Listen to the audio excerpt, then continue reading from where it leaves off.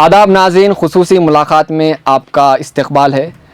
रियासत कर्नाटक में KMDC Karnataka minority development corporation बंद होने की कगार पर है। इसके कई सारे वजूहात हैं। इसके ताल्लुक से हमारे साथ आज बात करने के लिए हैं कर्नाटक मुस्लिम पॉलिटिकल फोरम के जनरल सेक्रेटरी सिराज जाफरी साहब। इस ताल्लुक से हमारे साथ बात करेंगे। सबसे पहले आपका इस्तकबाल है सिराज जाफरी साहब मिली डजस में। अस्सलाम वालेकुम। जी, मुझे ये बताइए कि KMDC क्या है और इसका मकसद किस लिए फॉर्म किया गया था? देखिए, कर्नाटका माइनॉरिटी डेवलपमेंट कॉरपोरेशन जो है 1986 फरवरी में इसको अमल में लाया गया था। ये एक कॉरपोरेशन माइनॉरिटीज़ की फ़लाह और बहबूदी के लिए बनाया गया है, जिसके अंदर जो है एजुकेशनल लोन हो सकते हैं और आपको छोटे मोटे business loan, self help groups के लिए लोन, ऐसी सहूलत के लिए, ताकि माइनॉरिटीज़ का डेवलपमेंट हो सके। ये इनइक्वालिटी जो है माइनॉरिटीज़ में और दीगर तबक़ों में, इसको ख़त्म किया जा सके और सब लोग एक साथ अच्छी फ़लाह और बहबूदी के साथ ज़िंदगी बिता सकें। इसको मद्देनज़र रखते हुए KMDC इनेकाद में आया हुआ था। जी, और ये KMDC जो बंद होने की कगार पर है, इसके कितने वजूहात हैं? किस बिना पर KMDC को बंद होने की कगार पर है? देखिए, सबसे पहली बात तो ये है, KMDC Karnataka minority development corporation एक ऐसा इदारा है जिसके ज़रिए जो है कई सारे मुसलमानों ने फ़ायदा उठाया है और दीगर माइनॉरिटीज़ ने भी फ़ायदा उठाया है। सबसे ज़्यादा एजुकेशनल लोन्स इसमें मिले हैं और PhD के स्टडीज़ के लिए, फ़ेलोशिप की स्टडीज़ के लिए जो जाते हैं उनको स्कॉलरशिप्स मिलते हैं। स्मॉल बिज़नेस के लिए लोन्स मिलते हैं। इससे लोगों को फ़ायदा होता है। अब इसके 2-3 चीज़ें हो सकती हैं। पहला तो ये हो सकता है कि पॉलिटिकल एजेंडा हो सकता है, जैसा कि आज हुकूमत हिंदुस्तान में चल रहा है। There is a clear discrimination. तो सरकार ये नहीं चाहती कि ये चीज़ें चलें, तो उसको धीरे धीरे एक कॉन्स्पिरेसी के तहत जो है ख़त्म किया जा रहा है। ये हो सकता है। दूसरा, नेग्लिजेंसी का भी हम नाम दे सकते हैं। पूरी तरीके से जो है माइनॉरिटीज़ को किनारा कर दिया गया है, दरकिनार कर दिया गया है, उसके ऊपर कोई तवज्जो नहीं दी जा रही है। इस बिना पे ये जो KMDC इदारा है वो यूजुअली जो है RBI से एसोसिएट होता है और RBI के अंदर एक विंग होता है, डिपार्टमेंट, जिसको हम NBFC कहते हैं, नॉन बैंकिंग फाइनेंशियल कंपनी। ये जो नॉन बैंकिंग फाइनेंशियल कंपनी का सर्टिफिकेशन जिसको दिया जाता है, तो they are authorized to make transactions. उनके कुछ रूल्स और रेगुलेशंस होते हैं, set of rules and regulations. जब आप उसको फॉलो नहीं करते, वो पैमाने पे अगर आप मैच नहीं करते, पैरामीटर्स मैच नहीं करते, तो NBFC रजिस्ट्रेशन कैंसिल हो सकता है। जी, अब जो कैंसिल होने के कगार पर है, तो इसमें मुस्लिम कायदीन का क्या रोल है? क्योंकि अक्सर जो है ना, स्कॉलरशिप लेने, KMDC लोन लेने वाले मुस्लिम तबके के लोग ज़्यादा हैं, तो इसमें मुस्लिम के लीडर्स क्या कर रहे हैं? देखिए, बड़े अफसोस के साथ मुझे ये कहना पड़ रहा है कि हमारे यहाँ रियासत कर्नाटक में कोई मुसलमानों का क़ायद है ही नहीं। There is no representative of Muslim community. यहाँ पर जो भी रिप्रेजेंटेटिव्स हैं वो सिर्फ नाम के मुसलमान हैं, बाकी वो अपने पॉलिटिकल पार्टी के रिप्रेजेंटेटिव हैं। वो उनकी पॉलिटिकल पार्टी की रिप्रेजेंटेशन देते हैं, ना कि पूरी इंटायर कम्युनिटी की कोई नुमाइंदगी नहीं कर रहा है इस वक्त। अगर ऐसा होता तो KMDC की आज ये हालत ना होती। मार्च 2021 में, अक्टूबर 2021 में और उसके बीच में कई 3-4 बार RBI से जो है लेटर्स आ चुके हैं, NBFC के लेटर्स आ चुके हैं कि NBFC मेंटेन नहीं, मतलब ये KMDC जो है एसेट्स एंड रेशियो को प्रॉपर तरीके से मेंटेन नहीं कर रहा है, बैलेंस मेंटेन नहीं कर रहा है। तो इन लोगों के पास इतनी कर्टसी भी नहीं थी डिपार्टमेंट के पास कि उसका रिप्लाई तक दे सके। अब जब ये रिप्लाई नहीं देंगे तो RBI क्या करेगी? फाइनली एक लेटर लिखेगी और एक आर्बिट्रेटर को अपॉइंट करेगी। उसके बाद NBFC स्टेटस कैंसिल हो जाएगा। तो ऐसी सूरत हाल में हमारी नुमाइंदगी करने के लिए जो रिप्रेजेंटेटिव्स गए हैं, जो अपने आप को माइनॉरिटी लीडर कहते हैं, 5 साल में एक बार जो हमारी कम्युनिटी के यहाँ आते हैं और कहते हैं कि मुस्लिम क़यादत को ज़िंदा रखना है, हमें वोट दीजिए, हम उनको वोट देकर क़यादत में आगे बढ़ाते हैं और हम उन्हें इक़्तिदार भी दे देते हैं। लेकिन जब वो इक़्तिदार पे चढ़ते हैं, ये सब चीज़ें उनकी नज़र में ही नहीं है।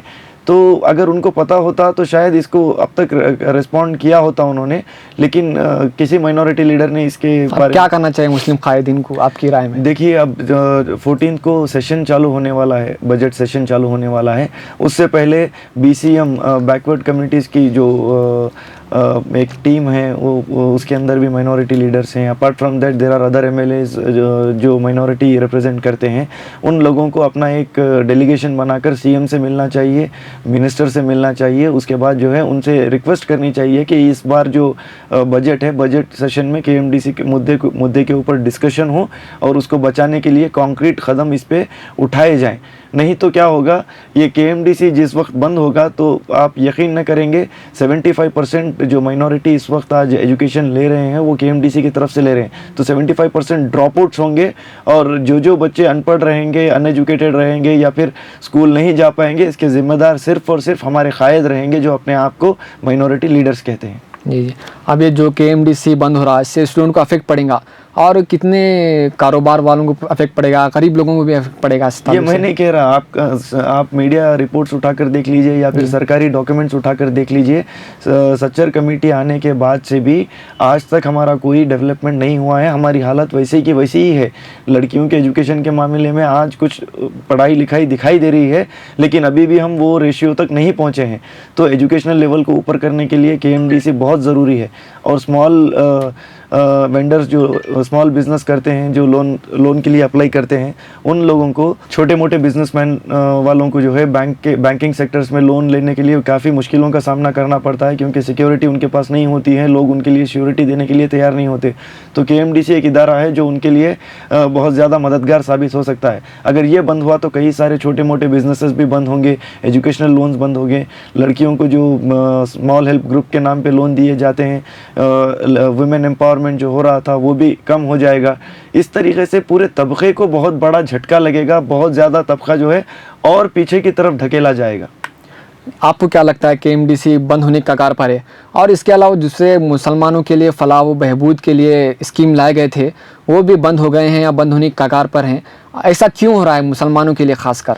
देखिए, जो कौम को अपने आप की फ़िक्र नहीं होती है तो दूसरे लोग उसकी फ़िक्र क्यों करेंगे? सबसे पहली बात ये है। तो जब हम हमारे नुमाइंदों को असेंबली में भेजते हैं हमारी नुमाइंदगी करने के लिए, वो लोग हमारे बारे में बात नहीं कर रहे हैं। हम लोग जिसको जिताकर असेंबली भेज रहे हैं उन लोगों से सोशल ऑडिटिंग नहीं कर रहे हैं, उनकी हम नहीं सुन रहे, हम उनकी चापलूसी कर रहे हैं। तो इस वजह से जो है ये मुद्दे नहीं उठ रहे। तो सामने वाले तो डेफिनेटली ये सोचेंगे कि जब उनको ही नहीं पड़ा है उनकी कम्युनिटी के बारे में, तो वो लोग क्यों इसके ऊपर आगे काम करेंगे।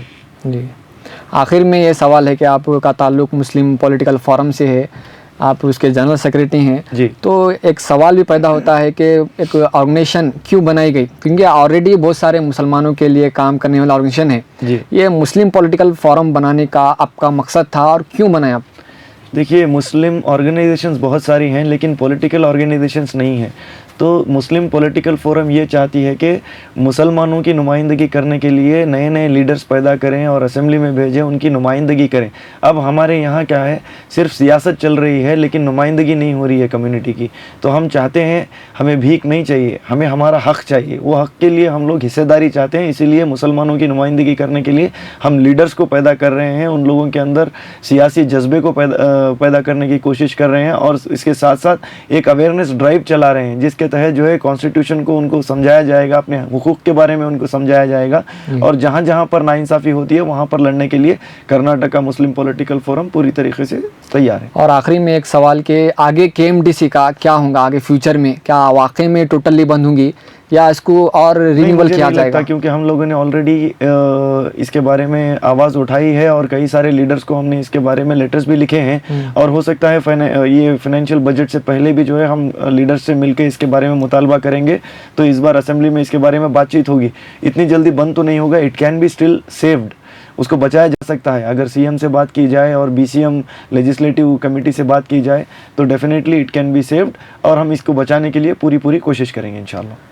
तो नाज़रीन, ये थे मोहम्मद सिराज जाफरी साहब जो कर्नाटका मुस्लिम पॉलिटिकल फोरम के जनरल सेक्रेटरी हैं। इन्होंने बताया कि केएमडीसी आज बंद होने की कगार पर है। इसके ताल्लुक़ से मुस्लिम कायदीन को भी जागना चाहिए और एक आगे स्टेप लेना चाहिए। तो नाज़रीन, इसी के साथ हम आज की खुसूसी मुलाकात का इख्तिताम करते हैं। फिर किसी और शख्सियत के साथ हम आपके दरमियान हाजिर होंगे।